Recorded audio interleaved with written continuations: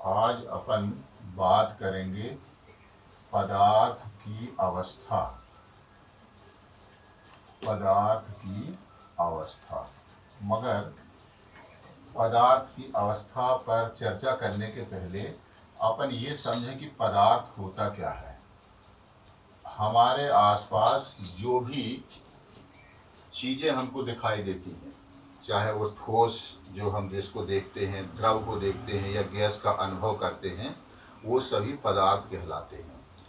11वीं में, 10वीं में, 9वीं में आपने पढ़ा है कि ठोस, द्रव या गैस जो भी होते हैं पदार्थ, वो सभी परमाणुओं से बने होते हैं। उन परमाणु इन सभी पदार्थों की मूल इकाई कहलाती है। तो ये जो भी आप देखते हैं, लकड़ी है, कांच है, धातुएं हैं, मिट्टी है, हमारा शरीर है, कापी किताब, जो भी आप देखते हैं वो सभी पदार्थ कहलाते हैं। ये अलग बात है कि उन पदार्थों में कोई तत्व हो सकता है, कोई यौगिक हो सकता है, कोई मिश्रण हो सकता है, मगर हम उन सबको पदार्थ की ही श्रेणी में लेते हैं। ये सब पदार्थ कहलाते हैं। इस पदार्थ की अवस्था के बारे में हमें पढ़ना है। तो आप समझ जाइए कि पदार्थ की 4 अवस्थाएं होती हैं।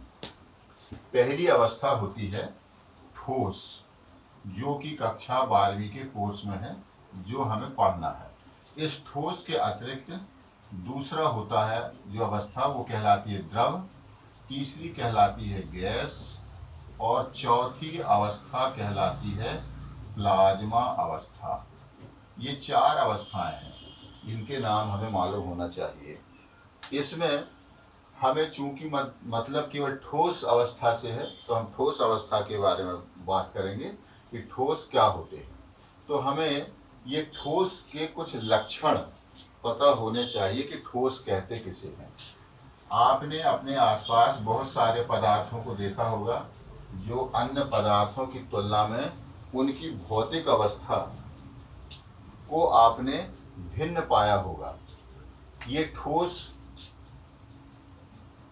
जो होते हैं, इनकी पहली विशेषता ये होती है कि इनके आकार और इनकी आकृति निश्चित होती है। आकार और आकृति ये इनकी निश्चित होती है। ये आपने पहली बार ठोस में देखा होगा। ठोस को अगर हम किसी भी वस्तु में रखें तो उसका आकार बदलता नहीं है, जैसा आकार है वैसे ही रहेगा, उसकी आकृति जैसी है वैसी ही रहेगी। हम उसको जिस अवस्था में छोड़ के चले जाते हैं, यदि वहाँ के भौतिक वातावरण में परिवर्तन ना हो तो ठोस के ना आकार में परिवर्तन होता है और ना ही आकृति में परिवर्तन होता है। एक पदार्थ एक से अधिक अवस्था में पाया जा सकता है। वहाँ के भौतिक वातावरण यदि परिवर्तित होते हैं तो एक पदार्थ ठोस भी हो सकता है, और परिस्थितियां, भौतिक वातावरण बदलने पर वह ठोस द्रव में भी बदल सकता है और वह गैस में भी बदल सकता है। जैसे आपने देखा बर्फ। बर्फ ठोस अवस्था में होता है, मगर यदि हमने पानी को ठंडा कर दिया है तो वह ठोस अवस्था में आ जाता है। ये बर्फ ठोस का उदाहरण हो गया। मगर यदि इसी बर्फ को हम थोड़ा सा ऊष्मा दे दें तो ये द्रव अवस्था में आ जाएगा, जिसको आप जल कहते हैं।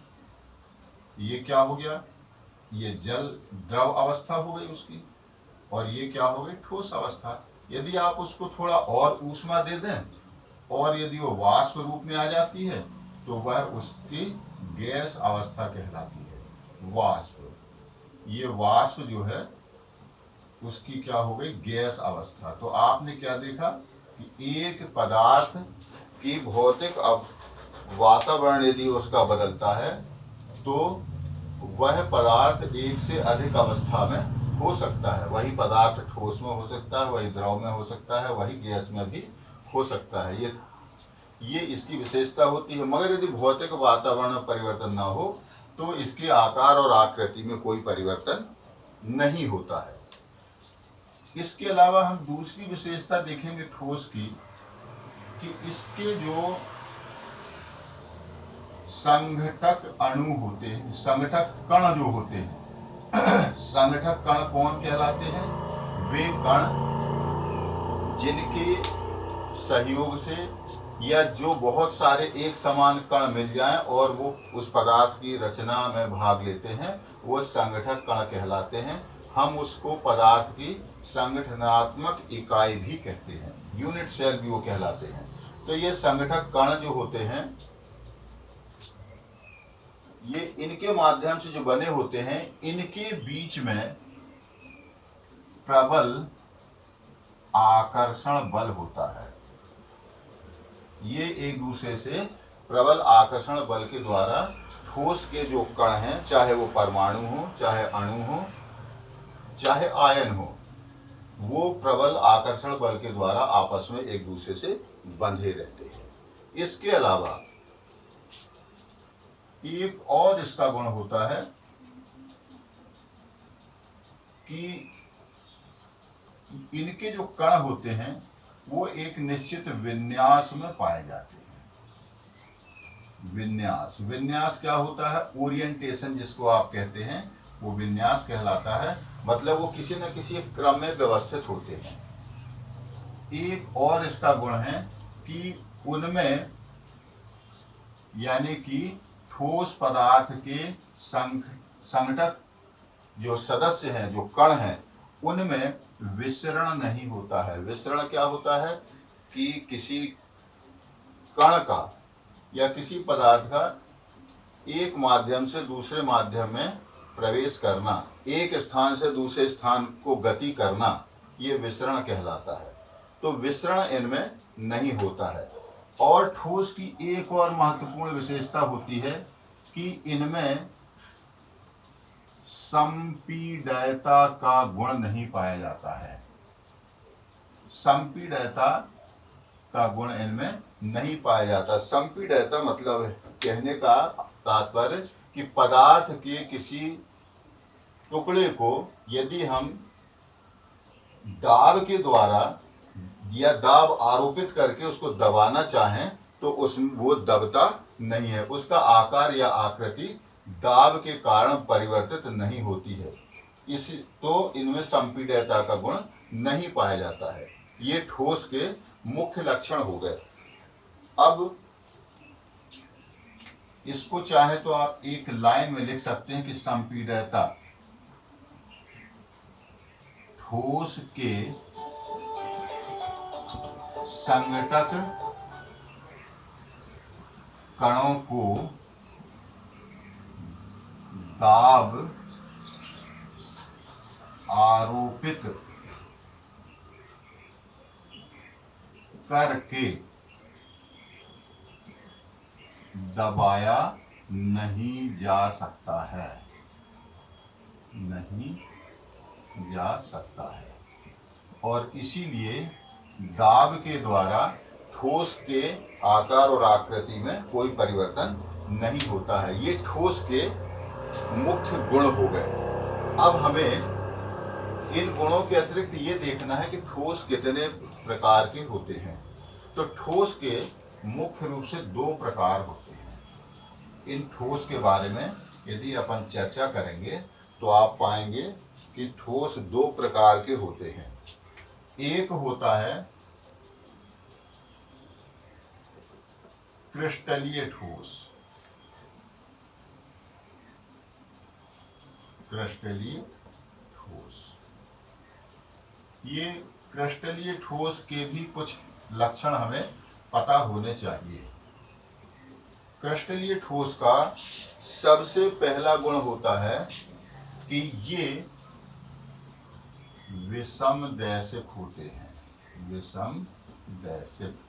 विषमदैशिक होते हैं। इसका मतलब, विषमदैशिक का मतलब ये होता है कि जो क्रिस्टलीय ठोस होते हैं वो हर दिशा में समान गुण दर्शाते हैं। उनके गुणधर्म हर दिशा में एक जैसे होते हैं। ऐसे ठोस जिसमें ये विषमदैशिकता का गुण पाया जाता है, उन्हें हम क्रिस्टलीय ठोस कहते हैं। दूसरा, क्रिस्टलीय ठोस में एक और गुण होता है कि इनका गलनांक उच्च होता है। गलनांक मतलब वह ताप जिस पर कोई पदार्थ पिघलता है, उसे हम गलनांक कहते हैं उसका। जैसे यदि बर्फ को थोड़ा सा गर्म किया जाए और जिस ताप पर बर्फ पिघल के पानी में बदलता है, वो उसका गलनांक कहलाता है। सोने को गर्म किया जाए, सोना जिस ताप पर गर्म होकर पिघलेगा, वो सोने का गलनांक कहलाएगा। तो इनके गलनांक उच्च होते हैं और उच्च होने के साथ साथ प्रत्येक ठोस के गलनांक निश्चित भी होते हैं। सभी के गलनांक निश्चित होते हैं। तीसरी बात, जो क्रिस्टलीय ठोस होते हैं, इनके संगठक अणुओं का या संगठक कणों का विन्यास ये निश्चित होता है। एक निश्चित ओरिएंटेशन में ये कण, इनके अवयवी कण पाए जाते हैं। चौथा इसमें गुण आप देखेंगे कि इनके अवयवी कणों के मध्य प्रबल आकर्षण बल होते हैं। प्रबल आकर्षण बल इनके कणों के मध्य में पाया जाता है। ये इनके क्रिस्टलीय ठोस के कुछ उदाहरण हो गए, गुण हो गए। इसके यदि हम उदाहरण देखें तो क्रिस्टलीय ठोस के उदाहरण में आपको मिलेगा, जैसे साधारण लवण, ये क्रिस्टलीय ठोस के उदाहरण होते हैं। इसके अलावा हीरा, ग्रेफाइट, ये क्रिस्टलीय ठोस के उदाहरण होते हैं। और इसमें एक गुण और आप जोड़ सकते हैं, 4 के अलावा 5वां गुण, ये दृढ़ होते हैं। ये दृढ़ होते हैं। ये इनके लक्षण भी हो गए और ये इनके उदाहरण हो गए। पदार्थ की जो ठोस की अक्रिस्टलीय अवस्था, अक्रिस्टलीय अवस्था, अब हम इस पर आते हैं। अक्रिस्टलीय अवस्था के पहले हमने पदार्थ की क्रिस्टलीय अवस्था के बारे में पढ़ा और हमने ये देखा कि क्रिस्टलीय ठोस की क्या विशेषता होती है। कि पहली बात, वो विषम जैसिक होते हैं। दूसरी बात देखा कि उनका जो गलनांक है वो निश्चित होता है। तीसरी बात हमने देखा कि उनमें संपीडयता का गुण नहीं पाया जाता है और उनके संगठक कणों के बीच में प्रबल आकर्षण बल पाए जाते हैं। उनके उदाहरण भी अपन ने देखे, साधारण लवण, हीरा, ग्रेफाइट। अब इसके बाद में अक्रिस्टलीय ठोस पर हम आते हैं। तो अक्रिस्टलीय ठोस, बिल्कुल यदि आपने क्रिस्टलीय ठोस समझ लिया है तो ये समझ लीजिए कि आपने अक्रिस्टलीय ठोस भी समझ लिया है। अक्रिस्टलीय ठोस में जो लक्षण होते हैं वो क्रिस्टलीय ठोस के लक्षणों से ठीक विपरीत होते हैं। जैसे आपने देखा क्रिस्टलीय ठोस में संपीडयता का गुण नहीं पाया जाता है, तो आप समझ लीजिए अक्रिस्टलीय ठोस में थोड़ा सा कुछ सीमा तक संपीडयता का गुण होता है, नंबर 1। नंबर 2, आपने देखा कि क्रिस्टलीय ठोस के गलनांक उच्च होते हैं, इनके गलनांक निम्न होते हैं। तीसरी बात आपने देखा कि क्रिस्टलीय ठोस में एक क्रमबद्ध रचना होती है उनका ओरिएंटेशन एक निश्चित होता है, मगर इसमें कोई इसका निश्चित ओरिएंटेशन या कोई क्रमबद्ध रचना इसमें नहीं पाई जाती है। इसमें विन्यास भी निश्चित नहीं होता है। संगठक कणों का, अवयवी कणों का विन्यास भी इसमें निश्चित नहीं होता है। और इसके जो उदाहरण हैं वो जैसे रेत, प्लास्टिक, कांच, ये अक्रिस्टलीय ठोस के उदाहरण हैं। अब बहुत संक्षिप्त में आप इसको ऐसे भी समझ सकते हैं कि यदि इन दोनों को के लक्षणों को यदि हमें याद रखना है तो बड़ा सुंदर तरीका, बड़ा सरल तरीका है। आप इस तरफ लिख दीजिए क्रिस्टलीय ठोस, क्रिस्टलीय ठोस, और इस तरफ आ जाइए क्रिस्टलीय ठोस। ये दोनों तरफ आप लिख दीजिए और दोनों के बीच में एक सरल खड़ी रेखा खींच दीजिए। और नंबर 1 आपने क्या देखा था? क्रिस्टलीय ठोस विषमदैशिक होते हैं, विषमदैशिक होते हैं। तो अक्रिस्टलीय ठोस क्या होंगे? समदैशिक। ये समदैशिकता का गुण इनमें पाया जाता है। ये आप इसको याद रखिए। दूसरी बात, क्रिस्टलीय ठोस के गलनांक उच्च भी होते हैं और निश्चित भी होता है, मगर अक्रिस्टलीय ठोस के गलनांक क्रिस्टलीय ठोस की तुलना में निम्न गलनांक होता है और निश्चित नहीं होता। इनका गलनांक भी निश्चित नहीं होता, ये आपको ध्यान रखना है। निश्चित नहीं होते हैं। तीसरी बात आपने देखा कि क्रिस्टलीय ठोस में संपीड्यता का गुण नहीं पाया जाता है। संपीड्यता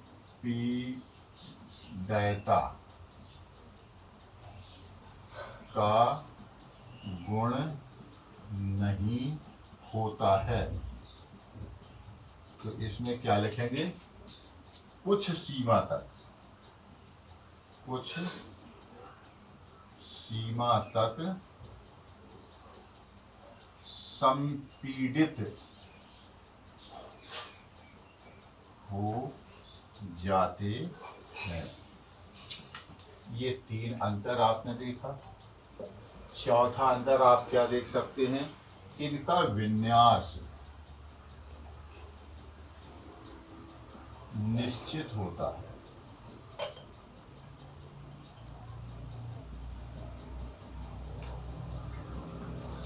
और अक्रिस्टलीय ठोस का विन्यास निश्चित नहीं होता है। विन्यास निश्चित नहीं होता है।